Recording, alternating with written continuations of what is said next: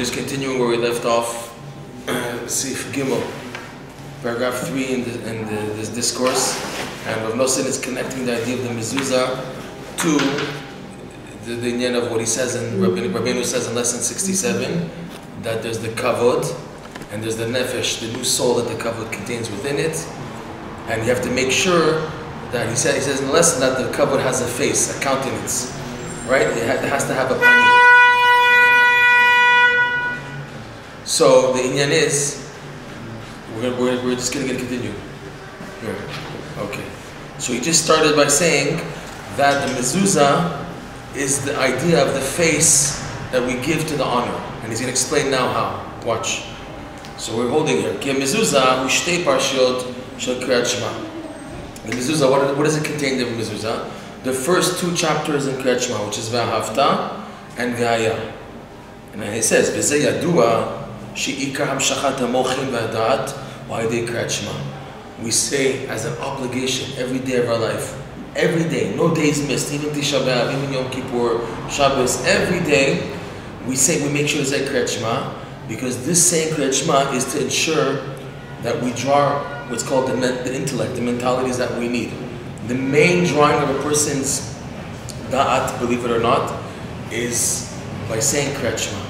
We say Kriyat Shema every morning before the actual Amidah to draw in us the level of da'at, intellect needed, so that afterwards we can actually properly pray. In other words, the Amidah, the Shemona Esrei, is dependent on the prerequisite of da'at, there being da'at in there. And also for Arvit, because there's a mentality for the day and there's a mentality for the night. In life, we have days and nights, and in both situations in life, you need to have some type of da'at to know what to do and to know the right thing, what the right direction to take, to have good counsel. So this comes about by having correct da'at. So now Rav Nosson is saying, Zeyadu, it's a known idea throughout the Torah, the Midrash, the Zohar, the Kabbalah, that the mochin, the main intellect of a person, his main mentalities it's called, comes through Kriyat Shema. That's why it's so important to make sure you say Kriyat Shema every day. Kamuvar b'kavanot, here it goes, here's the source, as it's brought down in the Arizal's writings of the Shar Kavanot. He explains how the main mentalities come to a person at the time of saying Kriyat Shema. That's why it's so important to say Kriyat Shema with the tefillin, because the tefillin are placed on the brain and next to the heart. The heart is the place of Bina, the Zohar says, Bina Liba, and the place of Da'at is in the brain, right? So you have Bina here, and Chokhmah really, Chokhmah and Da'at together, is in the brain. We put the tefillin here and here, and there's an inyan to make sure you say Kriyat Shema with the tefillin on. Even to those who put on Rabbeinu Tam, for example, you have to make sure that you say Kriyat Shema with the Rabbeinu Tam tefillin. So not something else, not to daven, to say a chapter of Tehillim. Say Davka, minimum is to say the Kriyat Shema with the tefillin on, the Rabbeinu Tam, because that's the main way to draw in the mentality that is affected is through the tefillin, is through the Kriyat Shema. Like he says, Kamura b'kavanot. Ve'ikar panim v'moach. Now, the essence of a face is the intellect, the moach. The moach, the brain of a person, is revealed through the face. V'adat, like it says, clear pasuk b'chinat chokhmat adam ta'ir panav. The wisdom, it's a verse in Proverbs, Mishlei. The wisdom of a person shines his countenance, his face. So panim and dat, Rav Nosson is connecting. You see, A to B. We want to show how mezuzah is connected to panim. So he says that because the Kriyat Shema contains the main mochin, like the Arizal explains, and mochin intellect is the panim. So there you go. Mezuzah, which contains Kriyat Shema, is the panim. Beautiful. The main intellect is in the panim.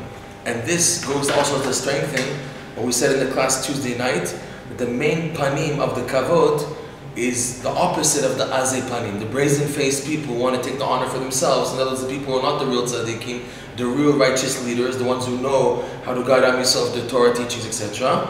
So they're azei panim. So that means the opposite. The panim of the kavod is when I properly give the proper kavod to the right tzaddikim, the right address, who are called the Pnei Hador, the real face of the generation, because they shine their chokhmah, their countenance, which contains the wisdom to guide people how to serve Hashem, how to come close to Hashem. So panim, connected to intellect, which is what's written in the mezuzah. Beautiful. How Rav Nosson, boom, boom, boom. We never thought how to connect mezuzah to panim. You know, how Rav Nosson is going to connect it to this Torah, and here we go. He starts already showing the building blocks in an amazing way. How panim is connected to mezuzah because of what it contains within it. You see what happens when you hear the word mezuzah, so you think automatically of the segula of the mezuzah as a protection and everything. But he's saying, Rav said, pay attention to what's written in the mezuzah. There's something written, a parchment written with klaf, right? Klaf written with words of Torah. What words? Kriyat Shema. What is Kriyat Shema? Like the Arizal says, the essence of the mochim. So that automatically is the panim. Chochmat Adam Teir Panav.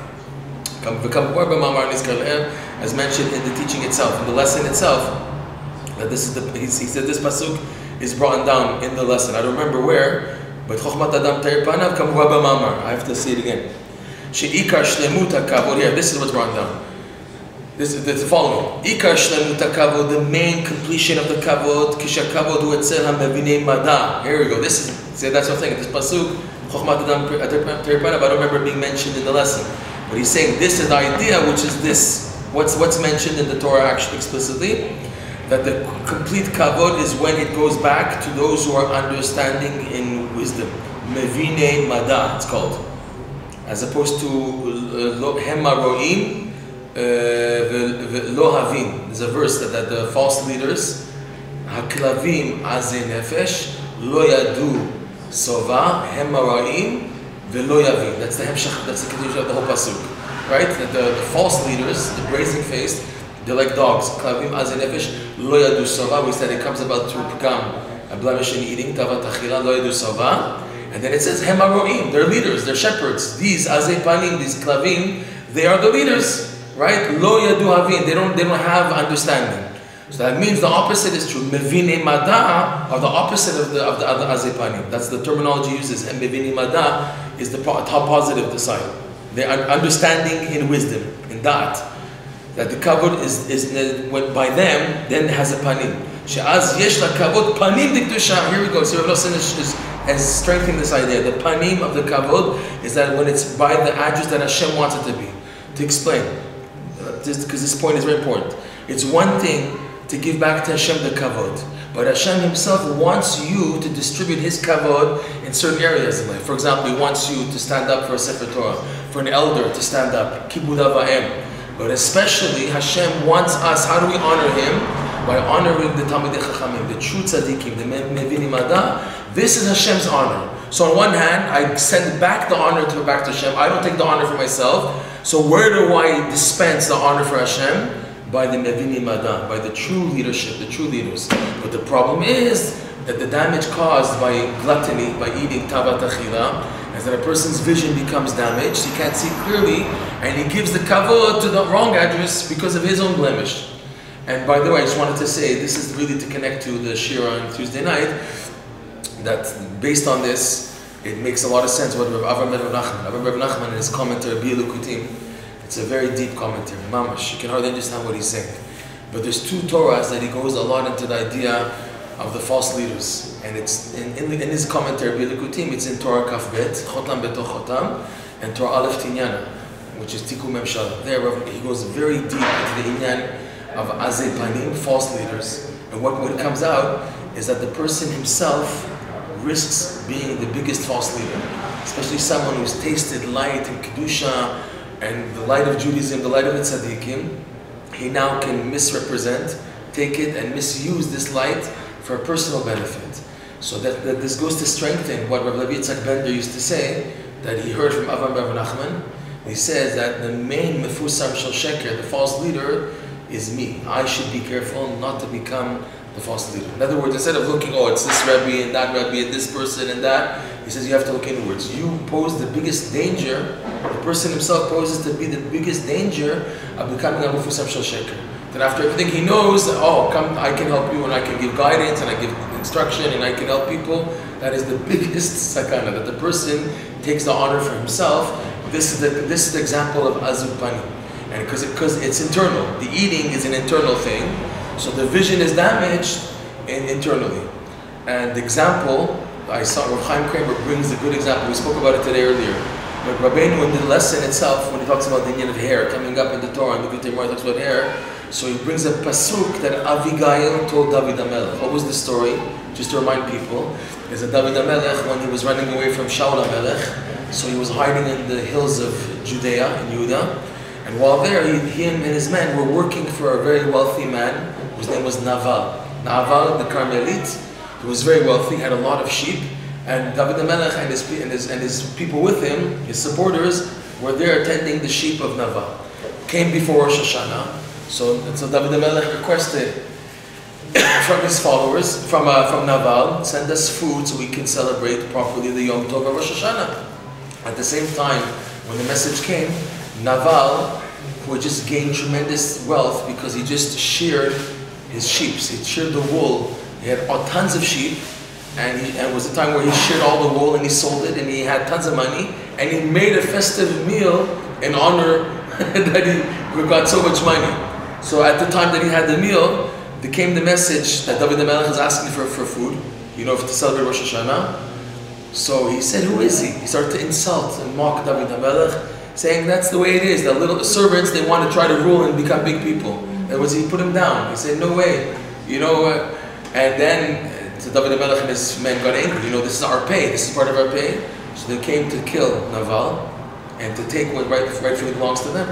So Abigail, the wife of Naval, she understood what's going to happen. So she quickly prepared all the food, and she, with horses, whatever, she started to go towards David HaMelech. And when she came towards David HaMelech, she begged him not to kill Naval. And she began to praise David HaMelech. So all your enemies should be bound in a sling and taken away, flung far away. May all your enemies be flung away before you. So that way she stopped David HaMelech from killing her husband. And anyways, Naval, after Rosh Hashanah, became sick. And after a certain Tshuva, he died. But what was the thing in Naval? That he made a festive meal to honor himself. He blemished with Ta'avat Achila. Chaim Kramer in his commentary brings out this beautiful chiddush. That he blemished with his Ta'avat Achila. And by doing that, he thought, who's David HaMelech? I'm honoring myself. I'm taking the honor for myself. Whereas David HaMelech wanted to honor Hashem, to eat for the sake of Rosh Hashanah, Yom Adin, which is the honor of Hashem. The glory, Melech HaKavod is on Rosh Hashanah. We say Melech HaKavod, the honor of Hashem. We wanted food to make a meal, and this Naval, Mamash, he was the exact opposite. He said he didn't deserve it, meaning who deserves it? Him. Naval deserves the honor. What does he want taking a meal? I deserve the meal, and I made a meal for myself, in honor of myself. So it's an amazing example how the Mefusam Sheker is the person himself. When it's distorted, especially by gluttony, Ta'avat Achila. Okay, that's on the side. It's one on the side, because it's an amazing, when you think about it, it's an amazing chiddush. Okay. ועיקר הפנים הוא המוח והדעת מבחינת חוכמת האדם תאר פניו. It's one of a few lines, כמובן במענה, שעיקר שלמות הכבוד כשהכבוד הוא אצל המבינים הדעת, שאז יש לכבוד פנים דקדושה. So the kavod has a countenance when the kavod is by the mevinim adam. The honor of Hashem is by the true righteous leaders. Then the kavod is called that it has a panim. Amazing. So on the side, in Torah Kaf Gimel, Rabbeinu connects the inyan of the Mezuzah, which has on it Shaddai, Shin Dalet Yud, to the inyan of Tikkun Abrit, rectification of the covenant. And there he says that the tzaddikim, the only inyan of the tzaddikim is Tikkun Abrit. And there in Torah Kaf Gimel comes out also that the inyan of the Mezuzah is the inyan of the tzaddik. So now that he's trying to say here that the panim of the house, the panim of the kavod, which is the house, is the Mezuzah, and elsewhere I'm just saying in Torah lesson 23, that the Mezuzah also connotes the inyan of the tzaddik, Shaddai, Shakai, and the inyan of the tzaddikim. So it fits in nicely. And he's calling here the Mezuzah, that's the panim, and he's saying the panim is the mevinim ada, the da'at. He's saying that it's more the inyan, the context of what's written in the Mezuzah, the parshiot, which is the mochim, but Rav Nosson is explaining the inyan of the mevinim ada. The actual, they're the panim, and the Mezuzah is the panim, so it comes out that it's equal. The Mezuzah is like the tzaddikim. That's probably why the Mezuzah is protection. When you have a Mezuzah on your door, it's just showing your emunah in, number one, the chokhmah contained within it, but also the mezuzah symbolizes the tzaddikim. Unbelievable when you think about it. The mezuzah is the inyan of the tzaddik. It's a concept, it's a bechin of the inyan of the tzaddikim, the leaders, the true manigim. Ki ikar panim wadat kanal, right? Like we said, the essence of the face is the da'at, and that's what's contained in the mezuzot. And like he says in the lesson, the panim is when it's the panim of the kavod is when it's restored to the mevinim ada, those who understanding and knowledge. Valken tzarich, beautiful. Tzarich livnot et habayit b'chokhmah. So therefore now it's understood why. Like it's coming up, he's going to bring the verse from Mishlei, Proverbs. A person has to build a house with wisdom. Like it says in Mishlei, "Bechokma yibane bayit, uvitvuna yitkonan, v'dat chadarim yimaleu." With wisdom, with knowledge. What's the good translation? Knowledge and wisdom. Wisdom is the idea, and knowledge is the combination. Knowledge is like da'at, right? So chokhmah is that with wisdom, one should build one's house, and with understanding, bitvuna yitkonan, it will be established. Ubeda'at, and in knowledge, which is the combination of together wisdom and understanding, chadarim yimaleu, the rooms of the house will be filled. So it's 3 stages: chokhmah, bina, and da'at. That's what the verse says in Mishlei. Kitzarich, and he said the whole house is involved with wisdom. It takes wisdom to build the house, not just physically to build a house, to build the rooms and everything. But for sure, you need wisdom. You need an architect and people who know how to design a house. But what's taking place in the house, to raise a family, to raise children, you need a lot of chokhmah. You need chokhmah, you need bina, you need that. Chokhmah is the male, the masculine, the father. The bina is the wife, the mother. And together they have the da'at to raise the family properly. To make a house be a kosher house. A Jewish house, a house full of kedusha and tahara, it requires all these factors inside of them. Chokhmah, bina, and together the da'at.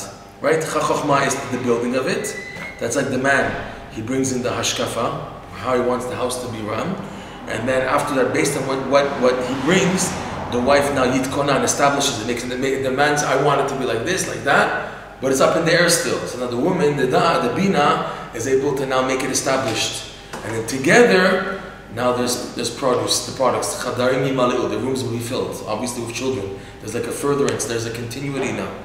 Ki tzarich lamshich hamochin shem chokhmah bina da'at lehabayit. One has to draw, Rav Nosson again is in the end of the Mezuzah, one has to draw mochin, the intellects, which are chokhmah bina da'at, into the house. Ulechol chadarim, into all the rooms. Kedei sheyeh lehabayit shu bechinat kavod panim, in order that the house should have a face. So therefore it's proper kavod, and it will properly give the nefesh. You will get the new souls that you need in life. The panim is in order to ensure that the nefashot which are being raised and brought into the house, they'll be protected. That's what the panim does. You see, by saying this, Rav Nosson is adding the word shmirah. What's amazing is that in the lesson itself, Rabbeinu didn't explain why you need a panim. If you look at the Torah Samech Zayin, I'm learning this to show you how this works with the Torah. I know not everyone is grounded in Torah Samech Zayin, but Rav Nosson, by the way, he's adding more details which you don't see in the lesson, and it's beautiful. It's questions you ask when learning the Likutey Moran, and Rav Nosson in his drush is answering some questions. In the lesson itself, Rabbeinu doesn't explain why the kavod needs a panim. He says that you have kavod and nefesh. That the way of when a person receives, he starts the lesson off by saying that when a person is given a new kavod, watch it. It's dangerous. It can be one of two things: or chas shalom, to take back a soul, or, which is the main midat tova meruba, in the main, the kavod comes to a person to give a person a new soul. But then he goes on to say, but you have to make sure that the nefesh has a panim. 1 second, it's already enough, Rabbeinu, that you told me that I have to be careful that when the kavod comes to me, to receive it properly, so that the nefesh shouldn't come, it shouldn't come the kavod to take away nefesh. It should be coming to be a positive sign, and that I can develop the nefesh. That I understand the connection between the kavod and the nefesh. But Rabbeinu added another detail, and now you have to make sure that the kavod has a panim. And the question asked is why? When you learn the Torah and the Likutey Moran, you need to ask yourself, I don't see how the panim fits in the system that the order that he's presenting the lesson. It makes sense. There's kavod and nefesh. Okay, that's it. But he adds this other detail that the kavod has to have a panim. Here Rav Nosson answers it. Kidei sheyeh nishmar hanefashot shebetocho. Unbelievable. In other words, once you receive the kavod properly, so then you're given the new soul. Once you're given the new soul, now it fits in what he says. You have to make sure that the kavod has a panim. Why? To guard the soul that you're given now, to make sure that there's a protection. It's, for example, a mother who gives birth to a child. It's not enough. Okay, I gave birth to a child, I can go and leave now. Shalom, I did my job. I brought a new child to the world. Mazel tov, she takes off. No, the mother is there to nurture and to take care of the child, to protect the child. There's the shmirah. But in order to there's shmirah, there has to be a panim. What's panim? There has to be that. That means also chokhmah and bina. There has to be a concern at an intellectual level to be able to understand that I don't just leave the child like that. I nurture it, I protect it, because if I leave it by itself, the soul is going to be damaged. So too by a person inside himself. Once he gets a new soul, he needs a panim in order to properly guard this new soul, the new level that's been given to him, to number one, use it properly in the right direction, and not to chas v'shalom lose it. If he misuses it, so now that's what he says here. Kedei she'nishma, the panim, which is the mezuzah. Just looking on pshat, the mezuzah protects the house. So too the panim protects the souls, which is the idea what's brought into the house. It's a protection. Kedei she'nishma nefashot shebetocho. V'zeh na'aseh al yedei mezuzah, and this is done through the mezuzah. You see how Rav Nosson is amazing? He's explaining a drasha. He's giving a drasha. He's giving a new chidush, a new insight on the Torah Likutey Moharan by an example. But by the way, he's explaining the Likutey Moharan. I just pointed it out. This of the Shmira. It's a beautiful example of Rav Nosson explaining from the Likutey Halakhot, explaining the Likutey Moharan. Shehi shtei parshiyot shel Kriyat Shema shehem bechinat mochim. What is the mezuzah again? The two parshas of Kriyat Shema, which are the intellects, which is the panim. Therefore, we now understand why a mezuzah is a protection. Because by drawing the face to the honor, the honor here is the house, and the panim is the mezuzah. Through this is guarded and protected the soul which is within the house, within the kavod. So it protects it. The panim is what makes the connection between the kavod and the nefesh, that it's stable. There's a stable connection, and that it's being that it's protected. There's a stable connection and protection between them. That's amazing. Rav Nosson explains the purpose of the panim is a shmira. How do we have time? Okay, let's go on a little. Valken amur rabotenu zal. Therefore, based on this, we can understand what Chazal taught. Kol haosek bevinyan mitmasken. Right? It's a Gemara. Anyone who's involved in building is in danger. It's a danger. Mitmasken means becomes poor. Anyone who takes upon himself to be like a contractor, it's not a job that makes money, believe it or not. He said, the Gemara says, it's a Gemara. Kol haosek bevinyan mitmasken. Anyone who's involved in being a contractor and everything, he becomes poor. Misken. Ve'ita b'divrei Rabbeinu Zal, Shiu gam lashon sakana. Rabbeinu Likutey Moharan, elsewhere in another Torah Likutey Moharan, he said the word mitmasken has also in its root sakana, danger. Shiu gam lashon sakana. It's also from the lashon. It's mitmasken, it's misken, a nebech, poor guy, but also means danger. Ki bevadai yesh sakana gdola. It's definitely a tremendous danger. When a person is involved in building a house and the house represents kavod, so it's very dangerous getting involved with kavod. In other words, trying to activate it willingly. That's the idea of a builder who's building a house. He wants to build a house, which means he wants to make a new vehicle, a new place of kavod. And anytime you get involved with kavod, you have to be careful that it's only the Shem Shamayim. Because chas v'shalom could be to take away a soul or to bring a new soul, but it's a risk. Ki ulai, like he says, ulai ba kavod b'shul histalkut hanefesh chas v'shalom. Perhaps the kavod is coming for the passing away of the soul. You may ask, but you need to live in a house. You can't live on the street. We need houses. The thing is, so because we need houses, so we need people who build houses. But the thing is, I shouldn't be the one doing it. Get someone else to do it, who anyways doesn't care, anyways in that domain. Get someone else, but I shouldn't be as a contractor for making buildings. Because it's a sakana getting involved in building a house, which is the mishkan, the dwelling place of a kavod. Be careful. In another halacha, on the same lesson, it's called chovel b'chavero halacha gimel. It's in the end of Choshen Mishpat. So Rav Nosson, he gives examples of this. He says, look, when the Mishkan was inaugurated, who passed away? Nadav and Avihu. Nadav and Avihu passed away, and he explains it's because there was a strong revelation of kavod, but because the revelation of the kavod was after, and because of the golden calf, to rectify the Chet HaEgel, so the Jews weren't yet ready to receive this gilui of kavod properly, unless there was like some type of a collateral, a pikadon, a kapara, and that was the death of Nadav and Avihu, which is what he said, that the kavod, the revelation of the kavod comes to take away a soul sometimes, but here because the revelation was so strong the Mishkan, to build finally the Mishkan, which is going to stay with Am Yisrael forever. The Mishkan eventually became the Beit HaMikdash, and the whole inyan of the Mishkan is every day in every Jew's life. When we daven, we face the Beit HaMikdash. Right? Our whole avodah is to reconnect all our prayers with Uvnei Yerushalayim HaKodesh, to rebuild the temple. The whole thing is with the temple.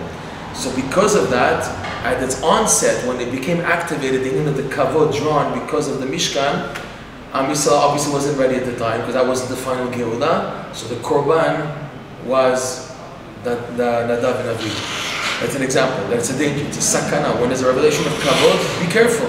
Because perhaps it's coming now to take away the souls, like we said in the lesson. That the way of a soul passes away goes back to its root, which is kavod, as mentioned above. Kamevuar b'mamar, as mentioned, Rabbeinu mentioned at the opening of the lesson itself, lesson 67. ועל כן צריכים להיזהר מאוד לבנות הבית בחוכמה לשם השם כדי להמשיך פנים לכבוד. For this reason, a person has to be very careful to build the house with wisdom.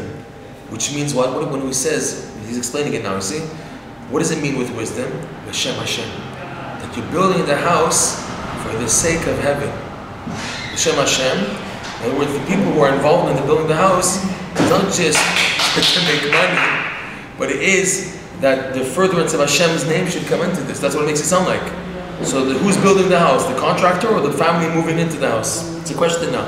They say it has to be built, the Shem Hashem, כדי להמשיך פנים לכבוד.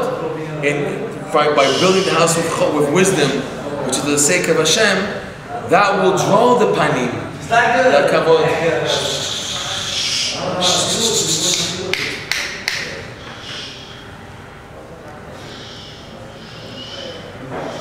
כן, צריכים להיזהר מאוד. Right, הבית בחוכמה לשם השם, for the sake of Hashem, and that will ensure that you draw the face to the kavod, כדי שכבוד השם מלא את הבית, so that the honor of Hashem should fill the house, הנבנה לשם Hashem, that is built for the sake of Hashem. ואז, and then, אדרבה. So one second, it makes it sound like, here, Rav Nosson makes it sound like that the person building the house is eventually the person who's interested in moving into the house. He's paying somebody to build the house. You buy a house, when you're buying a house, they're building now, right? That's what it makes it sound like. Because you're the one ultimately that you're building it with. Who's the Shem Hashem? Obviously the people moving in. That it should be for the sake of heaven. What does it mean for the sake of heaven?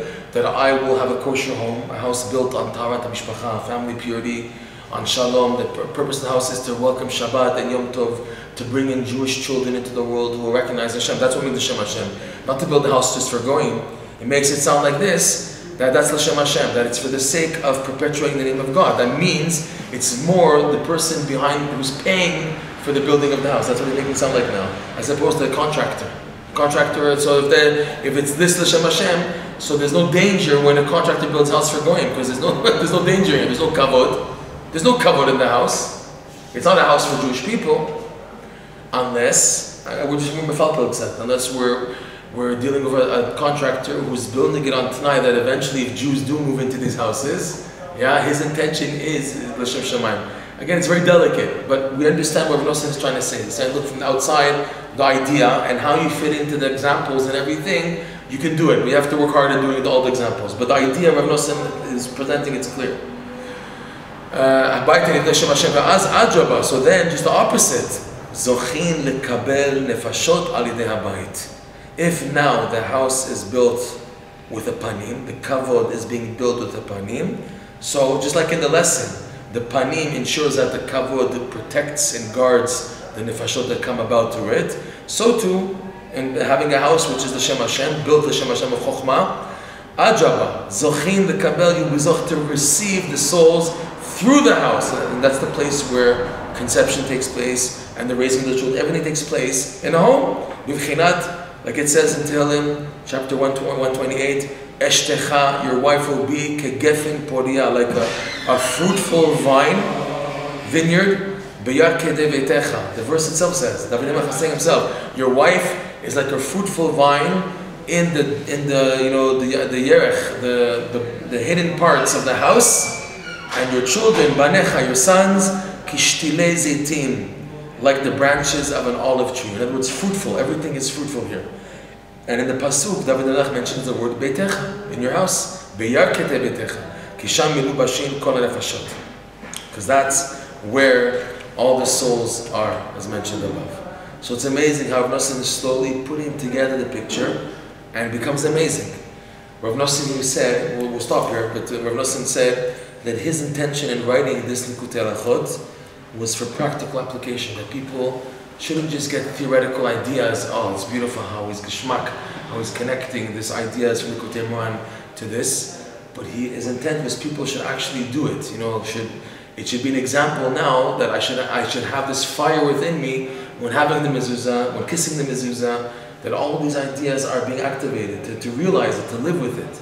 But this can only happen if you daven about it, which means to go for Torah, to go with this lesson, and these Likutey Halakhot, and the Likutey Tefillot, Rav Nosson's prayer on the lesson, and to begin to live with it, Kulei ve'ulai, all this, and Bezat Hashem, maybe we'll be zocheh to come to the practical applications.